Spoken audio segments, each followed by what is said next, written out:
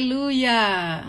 Glória a Deus! Bem-vindos a todos. Estamos aqui mais uma vez e dessa vez eu estou falando diretamente da terrinha de BH, né? A gente tem um cenário totalmente diferente hoje, foge um pouco a regra, né, do que a gente tem feito todas essas terças-feiras de setembro, e hoje é um momento muito especial. Eu queria que você convidasse mais pessoas, porque olha, o convidado de hoje é ilustríssimo. É uma pessoa muito querida, né? Pastor Marcelo, um homem de Deus que tem uma visão de reino e de empreendimento de forma extraordinária, e eu tenho certeza que a sua vida será transformada com essa live. Gente, eu não tô sendo exagerada aqui não, viu?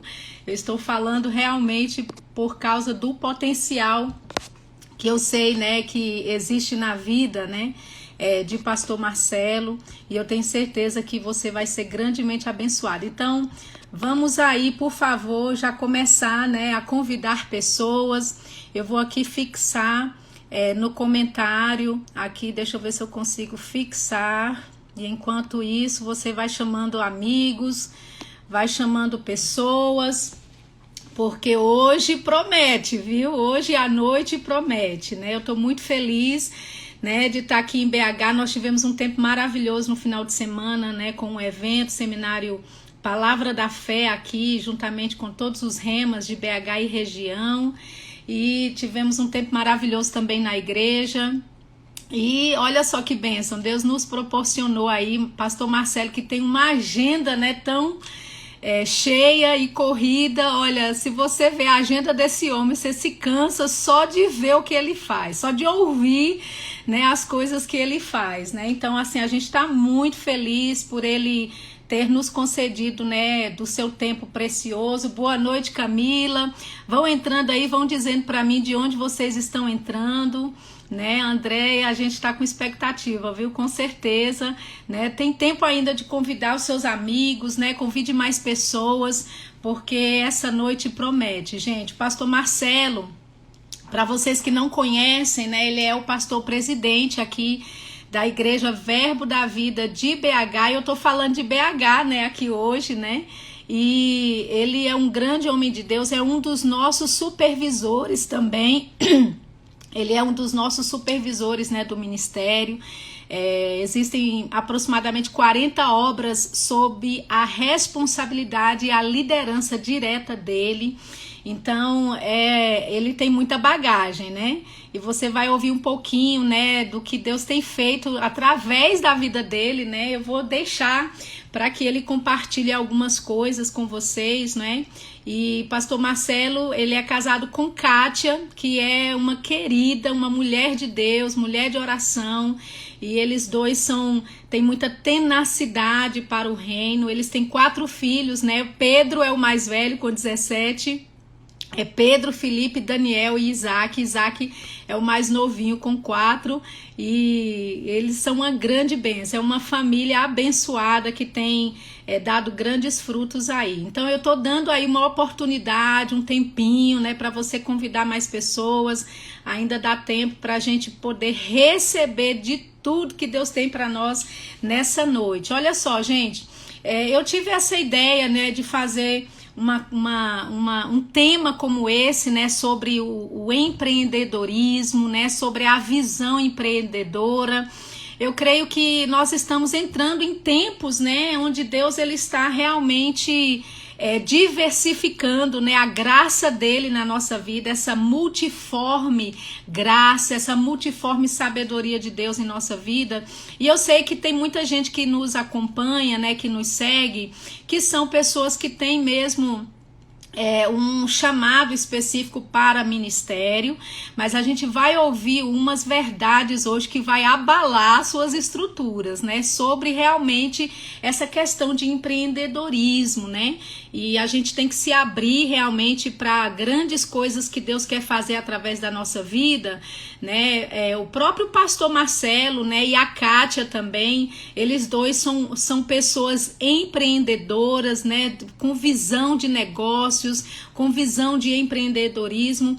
E eu queria mesmo, né, que ele tocasse a sua vida através da unção que opera na vida dele, para que você seja inspirado, né, para que você seja alargado a sua visão aí com relação a essas coisas, né? Eu não queria me delongar muito porque eu quero dar o máximo possível, né, de oportunidade, né, para que o pastor Marcelo fale realmente do coração dele. Então eu já vou chamá-lo, tá bom? Então, boa noite aí a galera que tá chegando, né? Muita gente chegando aí de vários lugares. Eu vi aqui pessoal, né, do Rio de Janeiro, enfim, várias pessoas, muita gente aqui de BH mesmo, né, Camila Santiago, e que bênção ter vocês aqui conosco, amém? Deixa eu só convidar o pastor Marcelo, tá bom? Aguardo a entrada dele. Eita glória! Sheila Lacerda! Pastor Marcelo Carvalho, que honra ter você boa. aqui, viu? Bom para mim também estar com você, Sheila. Olha, isso aqui é um sonho realizado, viu, pastor? Porque eu estava até dizendo para o pessoal aqui da sua agenda, né, que é muito corrida. Gente, ele faz 2 lives por dia e depois dessa live ele ainda faz um culto de oração em casa, né, um culto doméstico em casa. Eu acho que ele dorme com o dedinho ligado no 220, né? Super acelerado. Pastor, eu honro a sua vida, honro a unção de Deus na sua vida. E a gente está muito feliz mesmo de você ter esse tempinho tão precioso que você poderia estar abençoando tantas vidas, mas decidiu, né, abençoar a gente nessa live hoje. Estou muito feliz, muito honrada. Obrigada pelo seu tempo precioso, viu? Amém, Sheila. Eu quero te agradecer também pelo convite. Eu sei que eu serei tremendamente abençoado, viu, por essa oportunidade que você está abrindo, para que também as pessoas que te acompanham possam, de alguma forma, conhecer o trabalho que a gente tem desenvolvido e o pensamento que o Senhor tem inspirado no nosso coração e que tem trazido frutos realmente de grandes relevâncias, né? Não só em Minas Gerais, mas a gente vê esses frutos se expandindo, né, pelo Brasil e fora do Brasil também. E tudo fruto de uma visão que a gente realmente se agarrou, que parte do pastor Bud, e aí cada um vai acrescentando a sua forma pessoal de estabelecer essa visão. E no todo, né, na grande universidade dos dons, dos talentos de Deus, a gente realmente vem criando um ministério forte. E eu sou grato a Deus pela oportunidade de realmente demonstrar um pouco disso aí.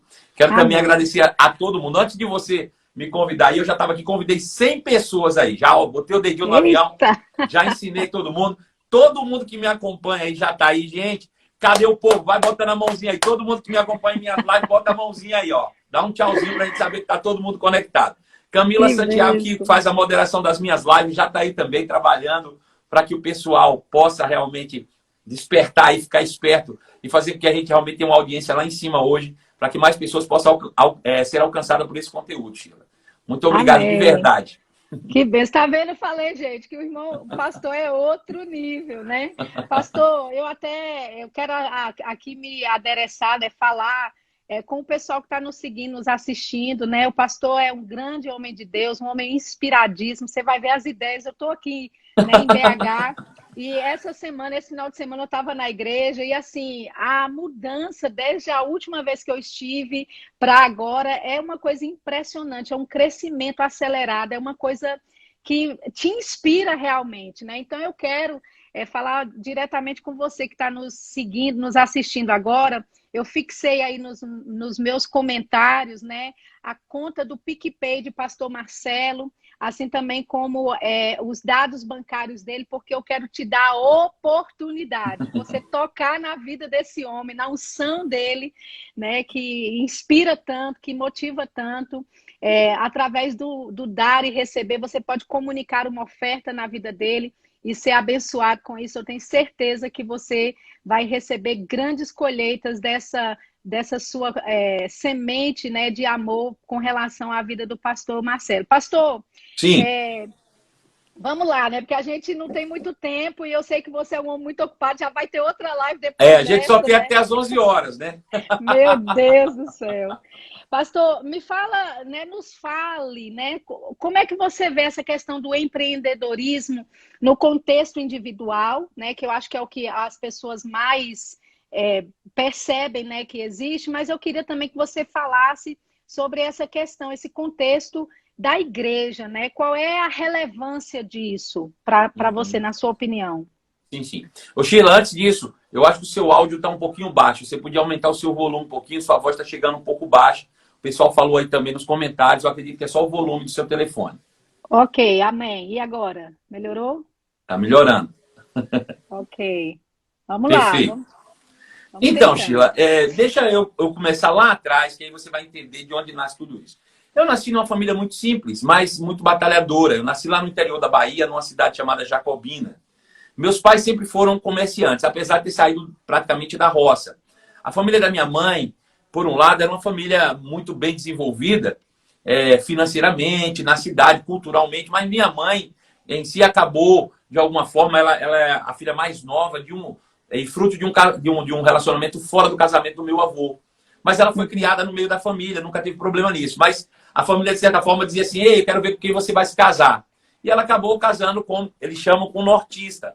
Com meu pai, que veio lá de Sergipe, ninguém sabia quem era ao certo, enfim. Ela foi, no início, assim, um pouco... Vamos ver no que vai dar, né?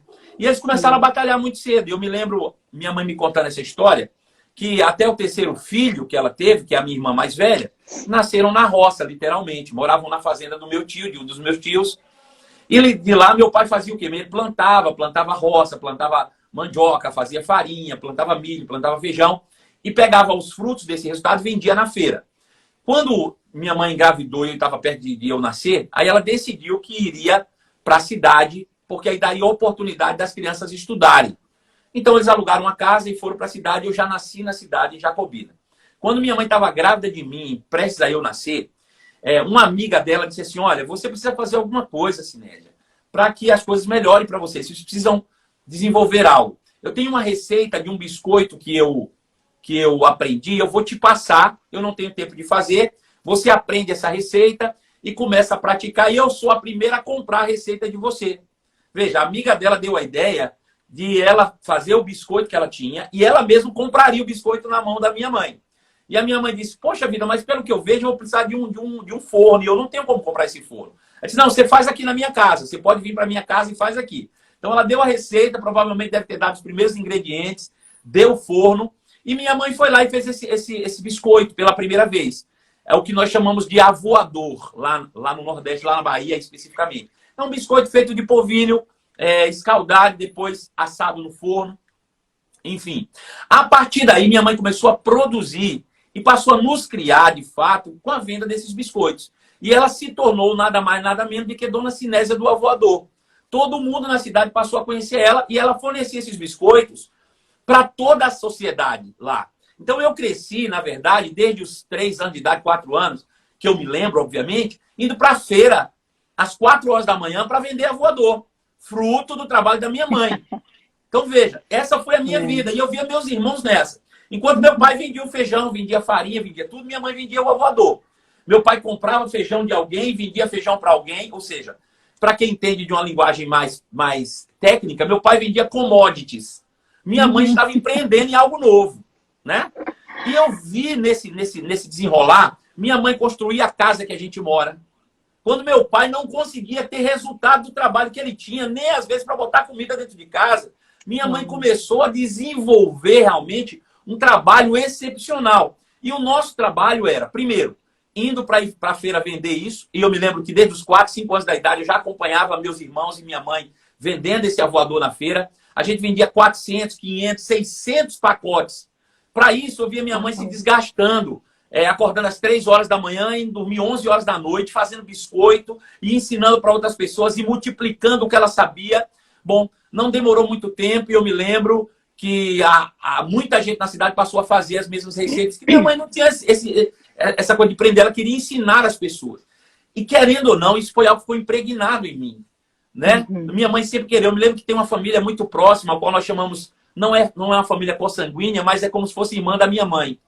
E eles também passando por uma dificuldade, minha mãe ensinou ela a fazer o avoador também, e aí multiplicou, e elas cresceram, e essa minha tia passou a fazer bolo também e a coisa foi melhorando. Eu sei que todos eles conseguiram sair daquela extrema pobreza e, além de ter construído um certo patrimônio, o maior patrimônio que eles construíram, de fato, foi colocar no coração de nós, os filhos, uma visão empreendedora. Eu acho que não existe nada difícil quando se tem boa vontade. Eu acho que não existe nada difícil quando se tem criatividade, boas ideias. E duas coisas são importantes para você começar um negócio: boa vontade e disposição. Se você tiver isso, você, de certo, vai começar algo e vai fazer com que aquilo se multiplique. Minha mãe construiu hoje tudo que nós temos lá, não é algo muito vultuoso, mas nós temos 3 casas próprias, minha mãe tem sítio, e tudo isso foi criado a partir da venda dos biscoitos, né? E a vida inteira eu vivi isso. Então, desde pequeno, mesmo minha mãe fazendo isso, eu pensava assim, eu digo, rapaz, eu vou fazer chup-chup. Aqui a gente chama de chup-chup, né? Lá a gente chama de geladinho. Então eu ia para a feira, comprava, eu mesmo comprava, pequeno, com 10 anos de idade, 11 anos de idade, comprava fruta no final da feira que estava mais barato, comprava as frutas, ia para casa, fazia os chup-chups, comprava os açúcares do meu pai, fazia lá, eu mesmo amarrava, botava na geladeira e nós vendíamos chup-chup. Eu me lembro que a primeira geladeira que a gente teve em casa foi fruto de venda de chup-chup. A gente comprou a primeira geladeira vendendo chup-chup e eu era bem pequeno, né? Então eu ia para a feira, alguém me dava um cacho de banana na roça. Eu não pensava em pegar esse cacho de banana e comer, é meu, não dou para ninguém. Eu destrinchava ele e ia para a feira e ia vender banana. Eu não estava nem aí, eu queria ganhar meu dinheiro. Então, quando eu tinha 12 anos de idade, a minha satisfação era poder sair com os meus amigos com 12 anos, 13, 14. Eu chamava meus amigos, vamos sair, vamos comer uma pizza. Eles diziam, não tem dinheiro. Eu digo, não, eu pago. Eu tenho dinheiro. E eu tinha o meu dinheiro, de fato, com 12, 13, 14 anos. Bom, isso me impulsionou muito e com 16 anos, Sheila, eu já trabalhava em carteira assinada, com 17 eu já era gerente de loja. Essas coisas foram aceleradas na minha vida por causa das oportunidades que eu tive. O que hoje vai na contramão do que o mundo diz. O mundo hoje, se vê uma criança com 12 anos, que se acha criança, 14 anos é uma criança, impede ele de trabalhar e de ter a sua primeira experiência profissional. Mas quando é que essa pessoa vai aprender alguma coisa? Se ele não aprender a empreender quando criança. Então, assim, nosso sistema de educação é arcaico, não ensina as nossas crianças a desenvolverem talentos, não dão as oportunidades aos nossos adolescentes a se desenvolver de maneira a criar uma própria sustentabilidade. Aí você vai ver adolescentes com 28, 30, 40 anos dentro de casa sendo sustentados pelos pais, porque não tem iniciativa nenhuma para fazer absolutamente nada para gerar recursos para a sua própria vida. Então, veja, dentro dessa perspectiva, o que é que eu acho? Eu acho que no mundo você tem uma escolha. Ou você empreende ou você vai ser escravo da visão de alguém a vida inteira. Uau! Isso é um fato, né? Tremendo isso. Quando eu falava sobre liderança, a gente desenvolveu esse ano um programa de capacitação ministerial e lideranças. Porque... Eu quero depois, pastor, que você fale melhor sobre isso. Falarei. Porque ele vai além da capacitação ministerial. Nós visamos líderes. E o líder começa dentro de casa. Ele precisa ser um líder pessoal. Liderar a própria vida, liderar a família, liderar o trabalho, até que ele pode chegar no âmbito ministerial. Bom, enfim. E aí, falando sobre liderança, eu estava contando uma história. Eu me lembro que quando eu comecei a trabalhar aqui em Belo Horizonte com meu irmão, nós implantamos uma visão dentro da nossa empresa e eu assumi o papel de ser responsável em transmitir a visão. Então, eu fui para o balcão como um dos donos e comecei a trabalhar com eles para mostrar a eles como era o trabalho. E um dia eu cheguei para meu irmão e fiz, como é difícil, cara, uma coisa tão simples, como, por exemplo, a gente diz, olha, receba o cliente com simpatia e cortesia, dê um sorriso. E aí as pessoas diziam, eu digo, gente, como é que pode uma coisa tão simples e a criatura não consegue reproduzir? Quem está amarrando a boca dessa criatura que ela não consegue dar um sorriso, não consegue dar bom dia? Não... E aí meu irmão me deu uma resposta, Sheila, e disse assim, Marcelo, se todo mundo fosse igual, quem ia mandar em quem? Bom, eu fiquei com essa resposta durante muito tempo, engasgada na minha garganta. Eu disse, pode ser mesmo, né? Uns nasceram para liderar, outros nasceram para servir, tá certo. Quem nasceu para mandar em quem, né? Isso ficou atravessado na minha garganta há muitos anos. Até que eu conheci a palavra da fé. E conhecendo a palavra da fé, despertou algo no meu coração. Se nós todos somos criados em imagem e semelhança de Deus, por que alguém tem que ser maior do que alguém? Isso. Se todos somos iguais. Se nós entendêssemos o nosso próprio potencial e tivéssemos autorresponsabilidade na execução desse potencial, eu precisaria de alguém para mandar em mim? Certamente que não. Se eu sei qual é o meu papel, se eu sei qual é o meu potencial, se eu sei qual é o meu propósito, se eu sei quais são as ferramentas que eu carrego, para que eu preciso de alguém me empurrando para fazer o que eu sei que eu preciso? Bom, se eu tenho autorresponsabilidade e faço o meu papel, você tem autorresponsabilidade e faz o seu papel, o meu papel passa a ser servir você e o seu servir a mim. Eu não tenho que mandar em você, nem você tem que mandar em mim. Então eu entendi que no reino de Deus, Deus nunca criou um reino onde alguém mandava em alguém. A ideia de Deus era ter um reino de reis, onde todo mundo servisse todo mundo e ninguém precisasse mandar em ninguém. Uau! Essa é a ideia de Deus original. É por isso que o Senhor Jesus, quando ele vem na Terra e ele vai ensinar sobre liderança aos seus discípulos, ele fala exatamente sobre isso. Ele diz, olha, existe um conceito mundano de liderança, existe um conceito do reino de liderança. E são distintos. E o que isso tem a ver com o empreendedorismo? Tudo, tudo. Porque se o mundo está aberto e entendeu que o empreendedorismo é a chave do sucesso, nós estamos fomentando isso no mundo hoje, por que nós, os cristãos que tem isso há 2000 anos, não atentamos ainda para essa verdade? Né? Então, veja, qual é a importância do empreendedorismo dentro da pergunta que você me colocou? Do empreendedorismo pessoal. É porque você vai e não tem um limite. O limite é o seu potencial. Se o seu potencial é Deus, Deus é limitado. Ponto final. Se você se submete à visão de alguém, ou uma coisa, um negócio, você põe o limite do outro que está sobre você. Mas se você é um empreendedor, não existe limite. E para isso, Sheila, não necessariamente você precisa ser dono do seu próprio negócio. Você só precisa ser dono da sua própria vida. Uau, muito bom. Não é verdade? Eu posso trabalhar dentro de uma grande empresa e ser um empreendedor. E empreender dentro de uma grande empresa para mim. Bom, se aquela empresa não me valorizar, alguém vai me valorizar pelo que eu faço. Você pode ter certeza disso.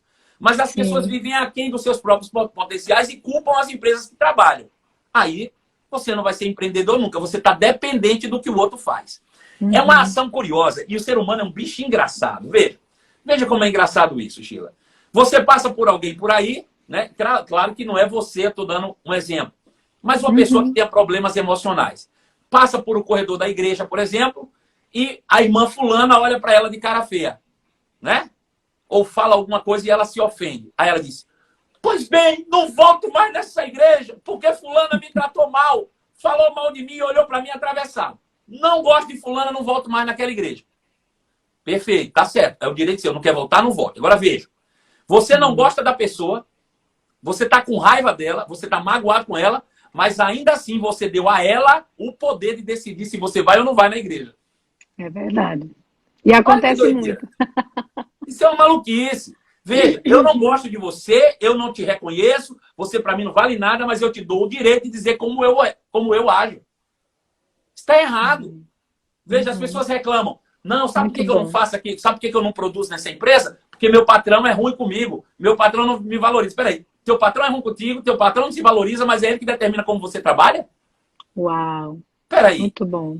Então você pode empreender ou não empreender. Seja dentro de uma empresa, seja para o seu próprio negócio. Você não pode ficar refém do que os outros pensam, falam ou agem a seu respeito. O empreendedorismo nasce dentro de você a partir de quem você é. Nós somos filhos de um Deus que criou todas as coisas a partir do nada. Do nada. Do nada. Porque ele tinha um objetivo central de criar uma grande família. E para isso ele precisou empreender tantas coisas. É interessante, Sheila, porque lá em Hebreus, capítulo 11, verso 2, diz que pela fé nós entendemos que o universo foi criado pela palavra de Deus. De maneira que o que é visível, aquilo que a gente pode ver, tocar, pegar, foi criado a partir do reino invisível. Veja. Mas Deus é autoexistente. Deus é antes de qualquer coisa. Então, veja, antes dele criar o reino visível, ele criou o reino invisível. E a partir do reino invisível, ele declarou o reino visível. Agora, veja, o reino invisível já tinha poderes, principados, potestades, já tinha um sistema de hierarquia, já tinha um governo fundamentado, já tinha um empreendimento formado, para que a partir dali servisse de base, de modelo, para ele fazer o mundo visível. O mundo visível é com base naquilo que não se vê. E tudo nasce do invisível. Aí nós somos filhos desse Deus criativo, poderoso, que cria tudo com o poder da palavra a partir do que não se vê e ficamos refém daquilo que vemos. Só empreendo se eu tenho. Então você só precisa despertar o que está dentro de você. Então, isso se refere ao empreendedorismo individual. Agora, E o que isso tem a ver com as igrejas? O que isso tem a ver com o ministério em si? Vamos pensar um pouquinho. A primeira coisa. Jesus, certa vez, disse lá em Lucas o seguinte: o Filho do Homem veio para restaurar aquilo que se havia perdido. Sim. Algumas traduções traz salvar, mas a palavra source também pode ser restauração. Né? Uhum. Eu vim salvar, eu vim restaurar. Eu vim restaurar aquilo que se havia perdido. Bom, perdido onde? Na queda. Né? Alguém perdeu algo na queda e Jesus veio restaurar. Ou seja, o que Adão perdeu, Jesus restaura. Jesus não veio criar nada novo, ele veio restaurar aquilo que se havia perdido. E aí eu te pergunto, Jesus porventura, ou aliás, Adão porventura, ele perdeu no Éden uma religião? Não, não tinha religião no Éden. Não foi isso. Então Jesus não pode ter vindo restaurar uma religião, né? Eu sei que eu vou espantar muita gente agora, mas olha só. Adão perdeu a igreja no Éden. Não existia igreja no Éden. O que Adão perdeu, de fato? Bom, Adão perdeu a identidade. Adão perdeu a família de Deus. Adão perdeu a autoridade. Por fim, a junção de todas essas coisas a gente poderia traduzir como Adão perdeu o reino. Deus criou um reino, deu a ele, e ele perdeu o reino. E Jesus vem restaurar o reino. Sim. A prova disso é que a sua primeira mensagem é: arrependei-vos, pois está próximo a igreja. O reino. Não, ele diz o reino. O Sim. reino. O reino. Aí, beleza, ele começa a proclamar o reino, proclamar o reino, proclamar o reino. Bom, por que Jesus veio exatamente naquela época, naquele tempo? Por que ele não veio antes? Por que ele não veio depois? Nós chamamos aquele tempo de plenitude dos tempos. Você sabe mais do que eu nisso, você é professora de escatologia. Naquele momento era o momento ideal para o estabelecimento do reino de Deus na Terra. Porque existia um reino natural na Terra em operação que serviria como base para a mensagem de Cristo. Imagina Jesus chegando hoje no Brasil e pregando: ei, vamos restaurar um reino. Reino? Que reino? Eu não sei, nunca vivi reino. Mas quando ele chegou em Jerusalém falando sobre reino, todo mundo sabia do que ele estava falando. As pessoas tinham clareza, porque existia um reino operante ali, naturalmente falando. Então, quando ele falava de reino, aquilo era natural para as pessoas, elas entendiam. Bom, Jesus foi pregando sobre o reino, até que um dia ele chegou para os discípulos e disse: quem o povo aí fora diz que eu sou? Dizem que tu é um profeta. Tu é João Batista, Elias, Jeremias, um dos profetas. Ele está vendo aí, olha aí. As pessoas pensarem que Jesus é um profeta era um problema, porque um profeta não salva o mundo. Quem salva o mundo é o Cristo. Né? Ele disse: e vocês quem dizem? E aí Pedro disse: tu és o Cristo, o Filho do Deus vivo. Aí Jesus disse: bingo, Pedro, é isso, cara. Pelo menos vocês, a minha equipe ministerial, entenderam. Eu não sou profeta, eu sou o Cristo. E é sob essa confissão que você acabou de fazer que eu vou estabelecer uma igreja. Veja, quando ele falou eu vou estabelecer uma igreja, ele já tinha falado sobre o reino. Sim. Sim ou não? Sim. Veja, quando ele usou a palavra eclésia, ele não usou uma palavra nova para estabelecer uma religião. Ele se apropriou de uma palavra que era usada no cotidiano do reino para dizer sobre o trabalho que ele executaria. Veja, Muito o que bom. era uma eclésia? A eclésia é o Senado romano, ou uma reunião de homens influentes, que são designados ministros de César, que saem das suas casas e se reúnem em um determinado local para tomar decisões com base na palavra que o rei emitiu, e a partir da palavra do rei, eles transmitirem a palavra aos súditos, para que esses trabalhem para edificar o reino. Então, veja, a igreja é o que é? É o Muito bom. núcleo governamental do reino. Uau. O rei emite a sua palavra, a eclésia absorve a palavra, discutem e deliberam aos súditos, dizendo: vá você e faça isso, vá você e faça aquilo, vá você e faça aquilo outro, vá você, para que o reino se expanda, para que o reino possa se estabelecer. Então, veja, Muito o bom. reino é maior do que a igreja. A igreja está no reino. A igreja é a reunião dos ministros para a propagação da palavra do rei. E a partir dali gerar governabilidade. Então, veja, é a minha influência como ministro do rei que vai fazer com que as pessoas se movam em prol de um objetivo comum, que é o reino. Uhum. Então, qual é a importância do empreendedorismo dentro disso? Vamos lá. Pegue a vida de Salomão e você vai entender com clareza. Davi foi lá para estabelecer o reino, matou um, matou outro, destruiu, pá, pá, pá, quebrou o pau, quebrou, não foi? Foi ou não foi? E o Foi. povo tinha ódio de Davi. O mundo. Todo mundo virou inimigo de Davi, não foi? Aí ele chamou Salomão. Aí Salomão disse, eu não quero dinheiro não, eu quero sabedoria para governar o povo. E Deus disse, eu vou te dar a sabedoria que você precisa. E aí a primeira coisa que ele faz foi apaziguar com as nações. É. Ou seja, ele começou a gerar influência. Ele disse, eu vou brigar para quê com o mundo se eu preciso que o mundo receba da minha influência?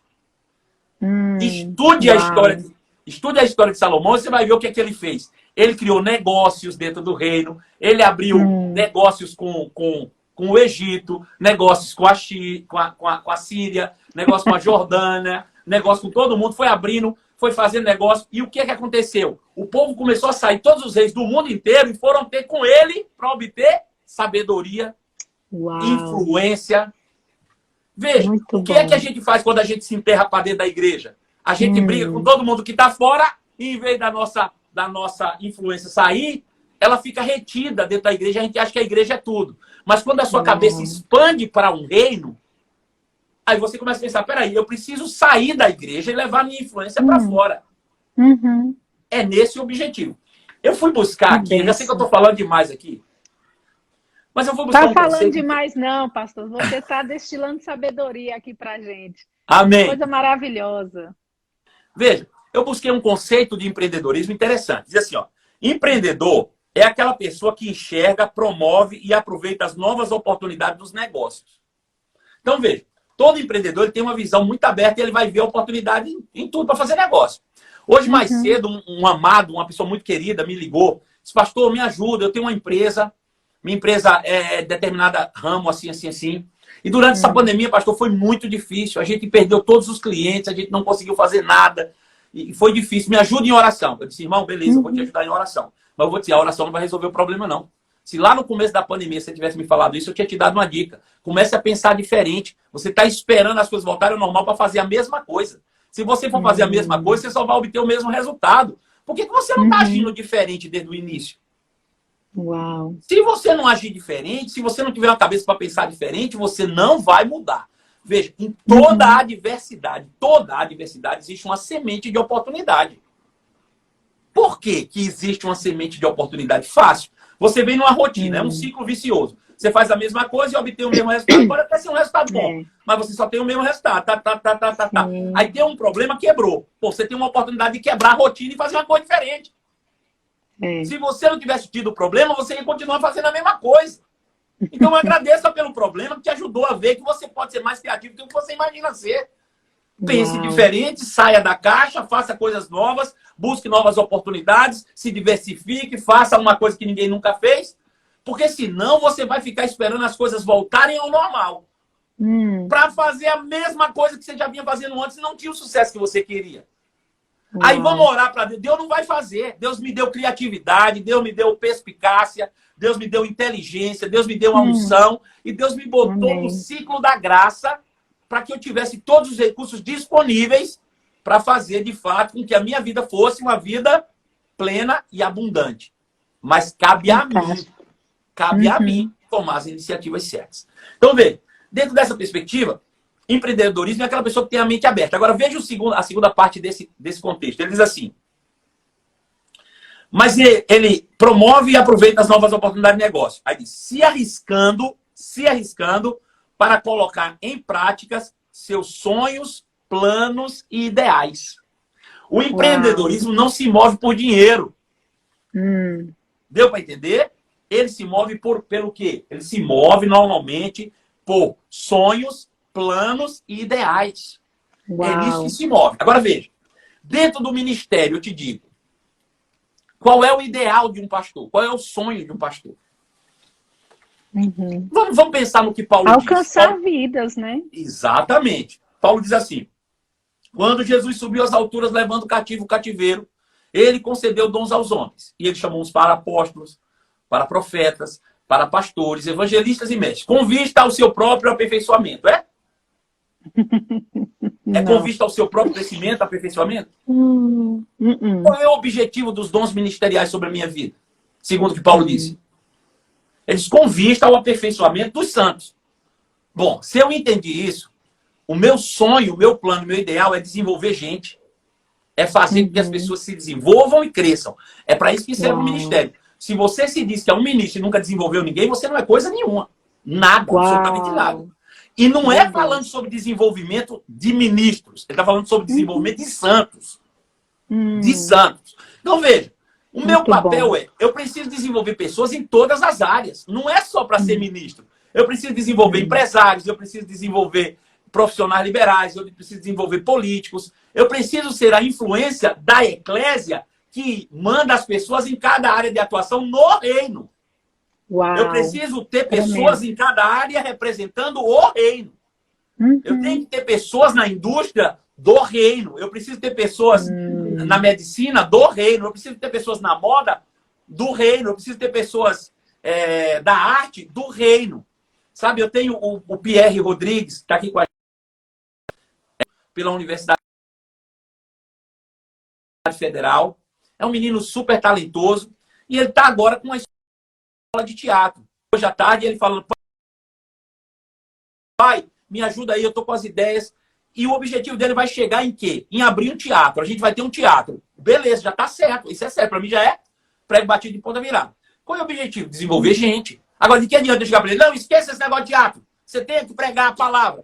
Mas se ele nasceu para isso, eu vou ganhar pessoas nessa área, eu vou influenciá-lo nessa área para que ele seja o melhor nessa área. Porque essa área está completamente viciada com todo tipo de coisa ruim. Então eu vou botar um ministro do reino nessa área para ser um destaque dentro das artes, dentro do teatro, dentro de tudo aquilo que realmente é algo extraordinário. Então esse é o meu papel do empreendedorismo dentro do reino, não é dentro da igreja local. Quando você bota a sua cabeça para dentro da igreja local, você só pensa em doutrina. Um pastor que só pensa na igreja local só pensa em doutrina. Ele só pensa em versículo. Mas quando ele pensa que existe um reino a seu favor, ele vai pegar essas doutrinas e transformá-las em potenciais práticos para que as pessoas levem para fora e expandam o reino pela influência. O reino ele é expandido pela influência. Que é tremendo, isso que nós precisamos pastor. abrir a cabeça. Entendeu? Que Foi tremendo. isso que me despertou sempre para essa questão do empreendedorismo dentro do reino. Que tremendo. Pastor, eu acho que você é o pastor mais empreendedor que eu conheço, né?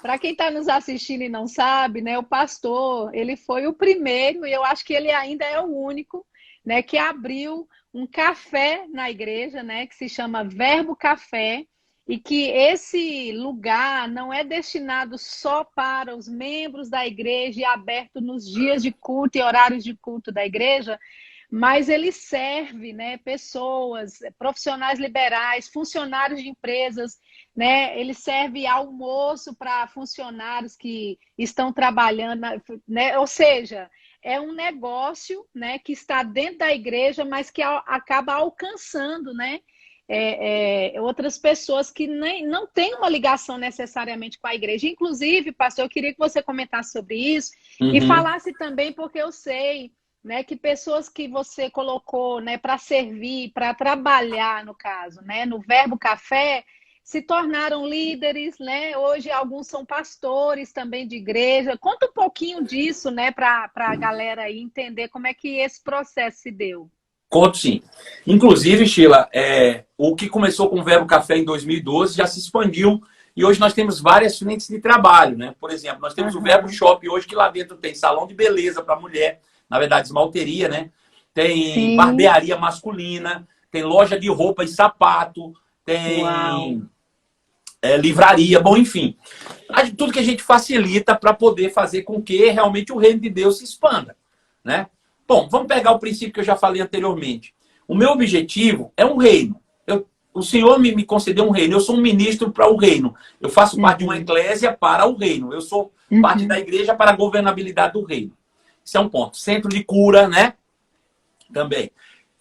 Uma clínica médica odontológica que funciona independente da igreja para um público geral aberto também.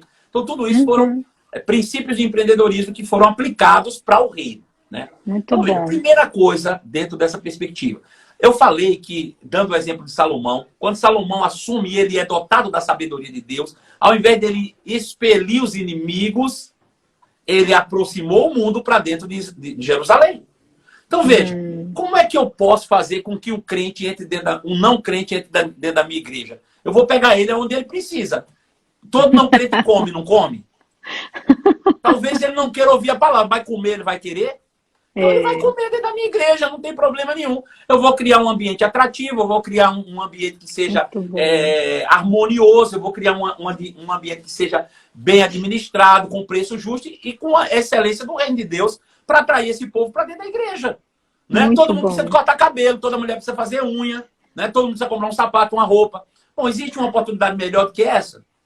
Uau! Né? A gente quer fazer evangelismo entregando panfleto. Eu faço evangelismo vendendo hambúrguer e servindo almoço. É a minha forma de demonstrar a igreja. Então, esse é um fundamento. Segundo fundamento disso é que eu não fiz nada disso pensando no quanto ganharia. Ao contrário, algumas vezes eu precisei pagar para ter empreendimentos desses. Mas o valor empenhado não se compara com o valor intangível.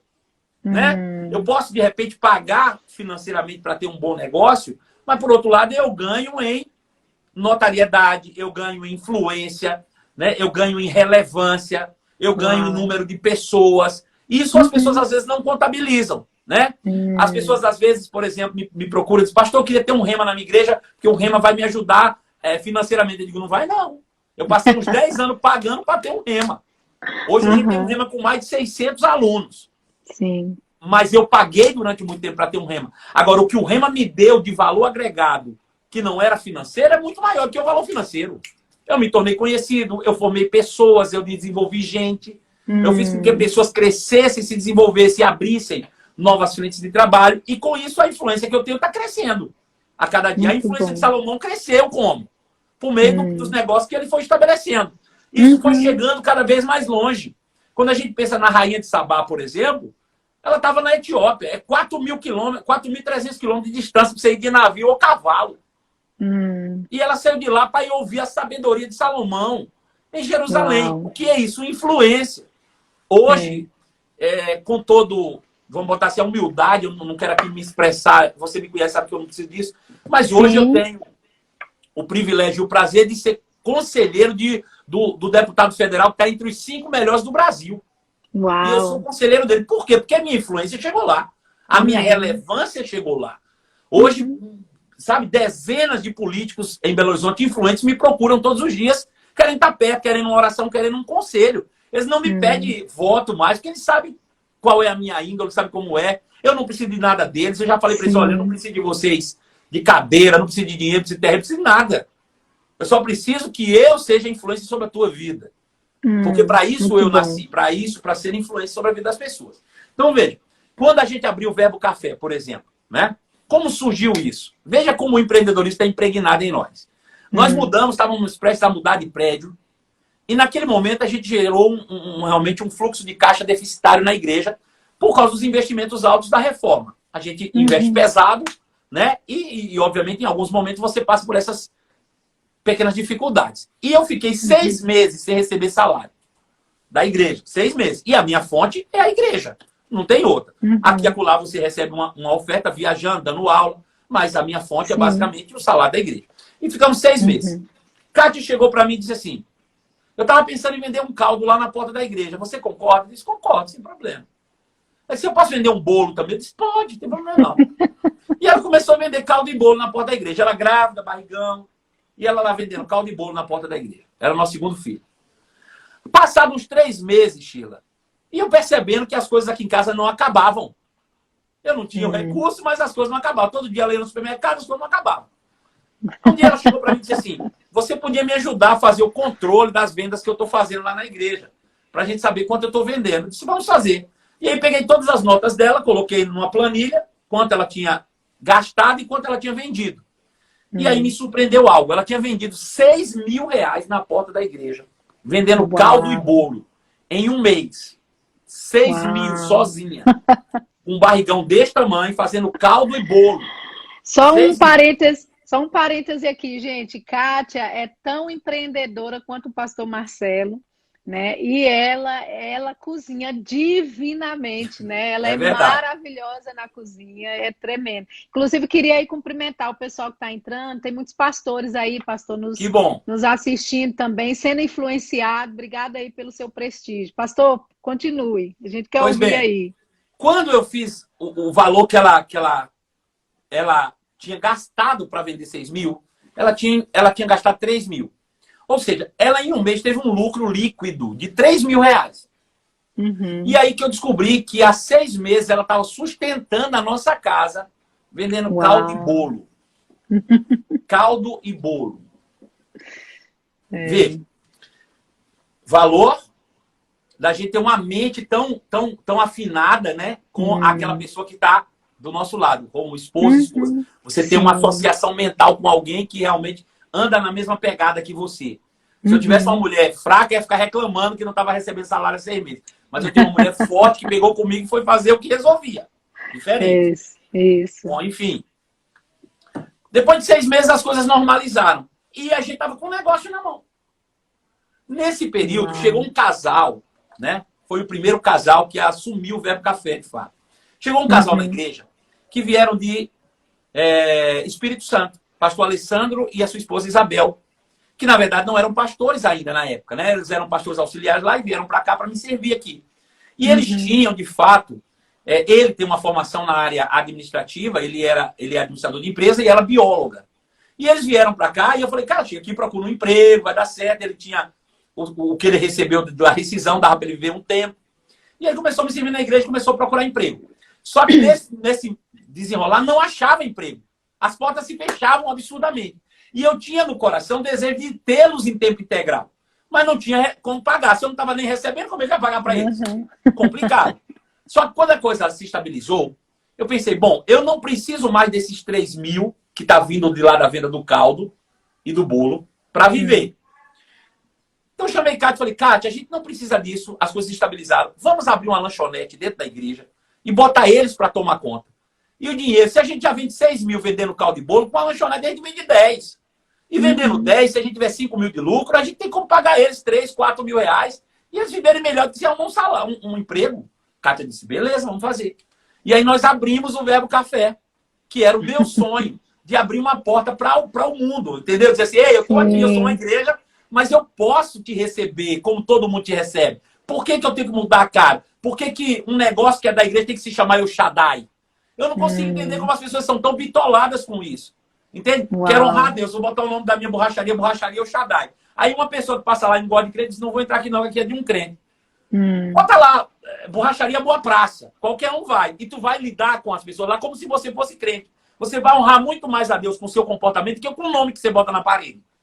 Muito bom. Não é verdade? De que adianta eu botar lá borracharia El Shaddai e aqui tratar a pessoa como um filho do diabo? Que honra eu estou dando a Deus? Uau. Então, Uhum. eu queria mostrar para as pessoas que a gente podia ser crente e ser normal. E nós abrimos o Verbo Café não com o objetivo de ganhar dinheiro, não com o objetivo de um negócio, mas com 2 objetivos. Primeiro, resolver um problema ministerial. Eu quero investir em pessoas e não tenho recurso. Então, eu posso empreender para investir no reino. Eu não Sim. pensei em ganhar dinheiro nem um minuto, eu só queria que ele estivesse perto de mim. Porque se ele Uhum. estivesse ali dentro, eu tinha como influenciá-lo diretamente. O ambiente da unção produz o crescimento necessário.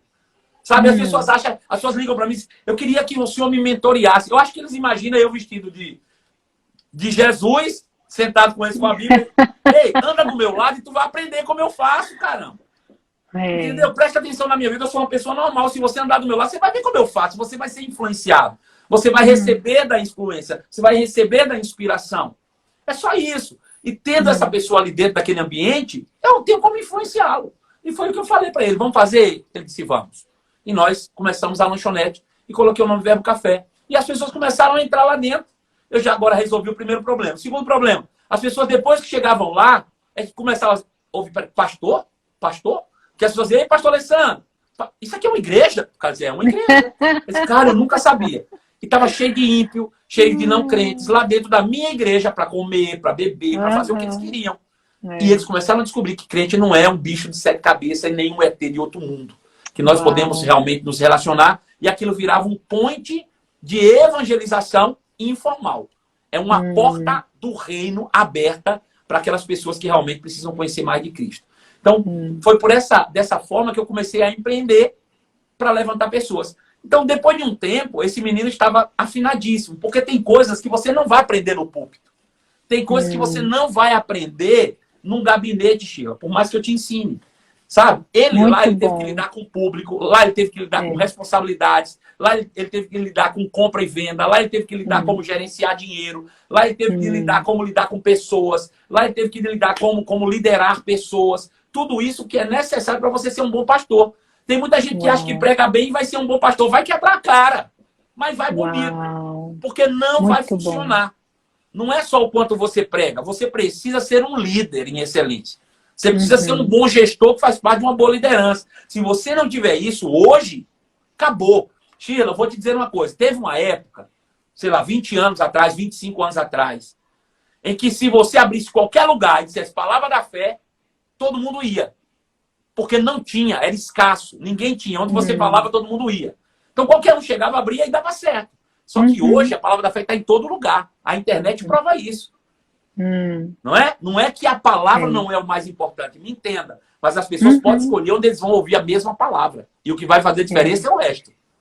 Né? Se tem uma visão clara, se ela sabe para onde estão indo, se ela sabe qual é o objetivo daqueles investimentos. Sabe, tem para pastor que tudo que ele faz, as pessoas olham e só está fazendo para ele, cara.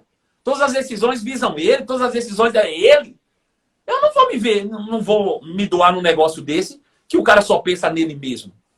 Uau! Eu te garanto, diante de Jesus, que em 13 anos, 12 anos de pastoreio, eu nunca tomei uma decisão pensando em mim. Nunca. Nenhuma, Chico. Nenhuma. Rapaz, vou fazer isso para me tirar o meu, para me dar bem. Nunca. 12 anos. Nunca fiz uma decisão para me dar bem. Pastor, isso não é arriscado o senhor viver muito aquém do que o senhor merece? Deixa eu te dizer uma coisa. Deus não é injusto. A estrutura que você cria, ela mesma te sustenta. Ninguém vai achar um absurdo eu morar onde eu moro. Ninguém vai achar um absurdo o carro que eu tenho. Ninguém vai achar um absurdo quantos carros eu tenho pela estrutura que eu criei. Agora, se eu não tivesse essa estrutura que eu tenho hoje e quisesse ter muita coisa, o povo às vezes esse cara tá roubando. Tá entendendo? Então a estrutura que você cria, ela mesma te sustenta. Isso faz parte de uma visão empreendedora. Eu preciso investir nas pessoas, eu preciso acreditar nas pessoas, eu preciso buscar o bem coletivo e essas pessoas vão trabalhar para o coletivo e vão criar, de fato, a estrutura que me sustentará. E é isso que eu tenho vivido hoje. Hoje eu vivo bem, moro num lugar bom, tenho bons carros, vivo uma vida tranquila, de paz e ninguém se incomoda com isso. Por quê? Porque eu não estou buscando em mim mesmo, eu estou buscando para eles. Pastor, é muito fácil, né, de ver isso em você, né? De ver que você não toma decisões e nem se move, né, nas decisões que você toma, visando, né, o seu próprio benefício, né? Eu queria passar para essa parte, porque você até comentou antes, né, sobre o programa de capacitação ministerial e lideranças. Sim. E a gente está quase já acabando. 7 minutos, minha gente. A gente pode voltar, não tem problema não. Eu posso ficar uns 20 minutos aí, meia hora, tranquilo. Perfeito, eu agradeço demais, até porque a galera aqui gosta de sugar e se a gente fizer a parte 2 aí, eles voltam, não é, galera? Diz aí, parte 2, se você deseja ouvir mais do pastor Marcelo.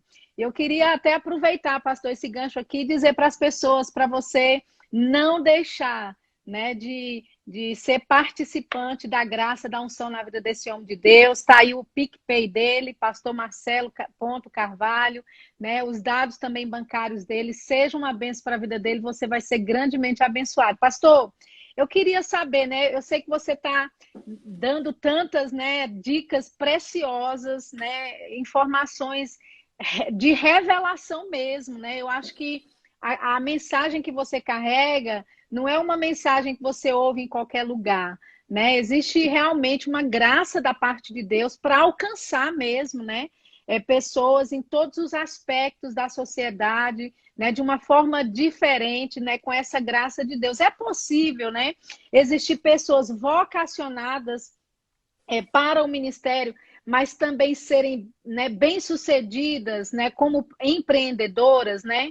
Eu sei que muitas vezes quando a pessoa ela tem esse chamado, ela recebe uma palavra de Deus, então ela, né, ela vai com tudo para a questão do ministério, né? É possível conciliar, né? Qual é a sua visão a respeito de uma pessoa, né, que pode, né, de repente alternar nas duas coisas, mas ela só foca o ministerial, ou de repente ela só foca o lado do empreendedorismo? Nos diz aí a sua sabedoria sobre isso. Então, Sheila, o que acontece? Eu acho que tudo parte da motivação, né? Uhum. É curioso que a gente tá sempre atento, querendo regular as nossas ações, esconder as nossas reais motivações. E Deus, ele não está nem aí para as tuas ações, ele vai estar sempre olhando para as tuas motivações, né? A gente vai ver isso em inúmeros exemplos bíblicos. Mas, por exemplo, vamos dar um exemplo mais claro que todo mundo ouve todo dia. Saul tinha as ações muito certinhas, mas as motivações completamente equivocadas. E Deus, identificando isso com poucos erros, Deus disse, não quero, meu espírito vai se apartar dele. E aí você vê Davi todo errado e Deus dizendo, é o homem segundo o meu coração. Ele estava errado, as práticas estavam erradas, mas as suas motivações eram certas. Se você chegar lá em Atos, né, capítulo 13, se eu não me engano, quando Paulo fala sobre isso, ele diz, porque Deus rejeitou Saul, o povo pediu um rei, Deus deu Saul. O povo Deus rejeitou Saul, e ele disse, eu encontrei Davi, um homem segundo o meu coração, que está disposto a fazer toda a minha vontade. É uma disposição interior, não quer dizer que ele não vai errar, mas ele está disposto a acertar. Sim. Essa é que é a grande questão. Com que motivação que as pessoas fazem isso? Veja, por que eu estou te dizendo isso?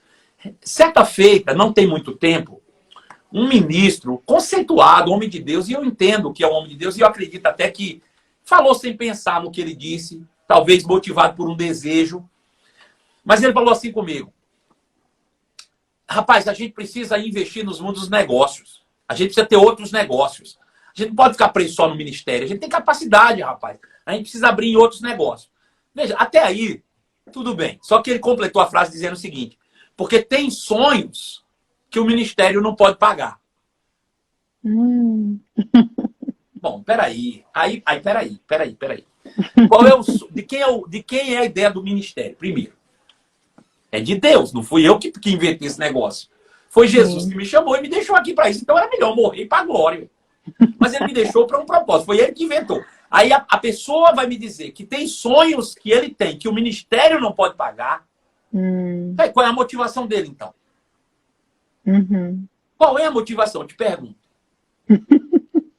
E eu não consigo entender isso. Eu não consigo, de fato, ter esse pensamento. Veja, eu escrevi até algo aqui interessante. Eu não concordo com essa frase dele, nenhuma palavra que ele disse. Não concordo, mas não concordo mesmo. Veja, dentro dessa perspectiva, como ministro, nós somos chamados para quê? Para desenvolver pessoas. Para desenvolver seres humanos. Agora, eu vou usar a ferramenta que eu tenho para o propósito que eu fui chamado. Eu fui chamado para desenvolver seres humanos. Eu fui chamado para influenciar a gente. Então, eu vou usar todas as ferramentas disponíveis para fazer isso. Veja, eu vou parafrasear o que Paulo disse. Paulo disse, ei, eu vou me fazer de bobo para ganhar o bobo. Eu vou me fazer de vendedor para ganhar os vendedores. Então, veja, eu vou usar a ferramenta que eu tenho para desenvolver e chegar ao objetivo do meu ministério, que é desenvolver pessoas. Dentro dessa perspectiva de desenvolver seres humanos com a ferramenta do empreendedorismo, eu sou capaz de abrir uma borracharia. Você pode ter certeza. Eu sou capaz de abrir uma borracharia lá na BR, se for para desenvolver um ser humano, para aquele ser o melhor borracheiro do reino de Deus. Eu vou abrir uma borracharia lá na BR. Mas eu rejeitaria um banco de presente se fosse para ganhar dinheiro. Uau! Pode ter certeza. Muito bom. Pastor, segura aí o seu pensamento, porque a live já vai nos encerrar aqui. Gente, a gente vai voltar com a parte 2. Deixa eu só encerrar, pastor, e aí a gente volta e você conclui dentro do que você quer falar, tá bom? Pessoal, parte 2, hein? Volte, porque eu falei pro pastor que vocês voltam, hein? Então, vamos lá. Encerrando agora.